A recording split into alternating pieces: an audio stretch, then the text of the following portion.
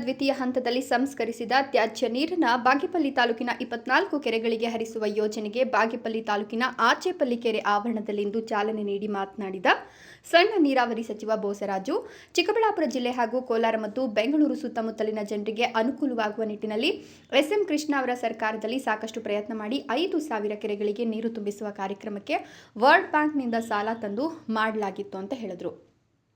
ಅಂತರ್ಜಲ ಕಾಪಾಡುವುದು ಹಾಗೂ 2013ರಿಂದ 2018ರವರೆಗೂ ಇರುವ ಸರ್ಕಾರ ಎಚ್ಎನ್ ವ್ಯಾಲಿ ಮತ್ತು ಕೆಸಿ ವ್ಯಾಲಿ ನೀರು ಪ್ರಾರಂಭ ಮಾಡಿ ಇವತ್ತು ಇಡೀ ಏಷ್ಯಾ ಖಂಡದಲ್ಲಿ ಈ ರೀತಿ ಸಿವಿಲೇಜ್ ನೀರನ್ನು ಉಪಯೋಗಿಸಿಕೊಂಡು ಅಂತರ್ಜಲವನ್ನು ಹೆಚ್ಚಿಸಿರುವುದು ಮೊದಲು. 21 ಕೆರೆಗಳಿಗೆ ನೀರು 13 ಜಿಲ್ಲೆಗಳಲ್ಲಿ ನೀರು ತುಂಬಿಸುವ ನಿಟ್ಟಿನಲ್ಲಿ ಪ್ರಯತ್ನ ಮಾಡ್ತಿದ್ದೇವೆ ಎಂದರು. ಜಿಲ್ಲಾ ಉಸ್ತುವಾರಿ ಸಚಿವ ಎಂಸಿ ಸುಧಾಕರ್ ಮಾತನಾಡಿ, ಚಿಕ್ಕಬಳ್ಳಾಪುರ ಜಿಲ್ಲೆಯ ಜನ ಬೆಂಗಳೂರಿಗೆ ಹತ್ತಿರವಾಗ್ತಿದ್ರು. ನಾವೆಲ್ಲ ಮೂಲ ಸೌಕರ್ಯಗಳಿಗೆ ವಂಚಿತ ಜಿಲ್ಲೆಯಾಗಿದೆ. ಶುದ್ಧ ಕುಡಿಯುವ ನೀರು ಲಭ್ಯತೆ ಇಲ್ಲದೆ ಕನಿಷ್ಠ ವ್ಯವಸಾಯ ಮಾಡಿ ಬದುಕು ಕಟ್ಟಿಕೊಳ್ಳುವ ಆಲೋಚನೆ ಮಾಡಿದ್ರೆ ಯಾವುದೇ ಶಾಶ್ವತವಾದ ನದಿ ಮೂಲಗಳು ಇಲ್ಲದೆ ಈ ಭಾಗದ ರೈತರು ಸಂಕಷ್ಟ ಎದುರಿಸುತ್ತಿದ್ದಾರೆ. 28 ಕೆರೆಗಳಿಗೆ ನೀರು ಹರಿಸುತ್ತಿದ್ದೇವೆ. ಈ ನೀರು ಅಂತರ್ಜಲ ಮಟ್ಟವನ್ನು ಹೆಚ್ಚಿಸುವ ನಿಟ್ಟಿನಲ್ಲಿ ಹರಿಸುತ್ತಿದ್ದೇವೆ ಎಂದರು. ಇದು ಕುಡಿಯಲು ಯೋಗ್ಯವಲ್ಲ ಹಾಗೂ ರೈತರು ಬಳಕೆ ಮಾಡಲು ಯೋಗ್ಯವಲ್ಲದ ನೀರು ಎಂದರು.